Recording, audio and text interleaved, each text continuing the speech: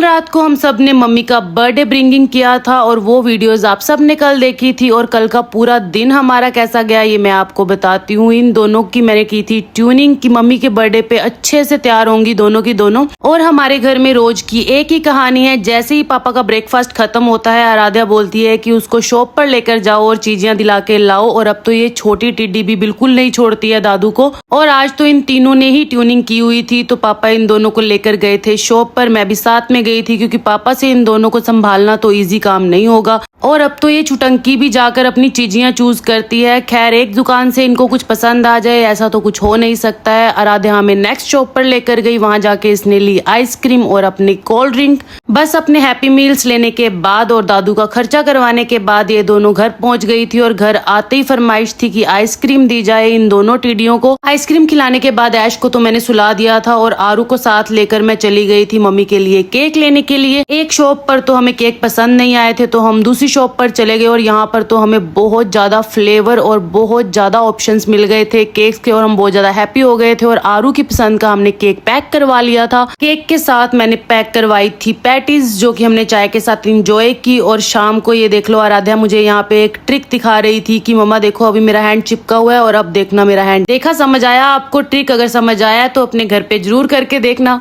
आरू तो बार बार ये ट्रिक मुझे करके दिखा रही थी और इतनी ज्यादा हैप्पी हो रही थी। उसने एक व्लॉग में ये देखा था ट्रिक। और फिर अब शाम से रात हो गई थी और हम सब तैयारी कर रहे थे मम्मी के केक कटिंग के लिए। आराध्या ने भी ड्रेस चेंज कर ली थी और यहाँ पे भाभी और आए थे मम्मी को गिफ्ट देने के लिए और खुद कैमरा में आ नहीं रहे थे कि हम झल्ले मल्ले बने हुए हैं। फिर मैंने उनको कॉन्फिडेंस दिया कि मेरे से ज्यादा झल्ला मल्ला तो कोई भी नहीं लग सकता है। फिर उन्हें जबरदस्ती घर पे रोका और मैंने जबरदस्ती ही उनकी वीडियोस बनाई थी, बट बाद में वो सारे कंफर्टेबल हो गए थे।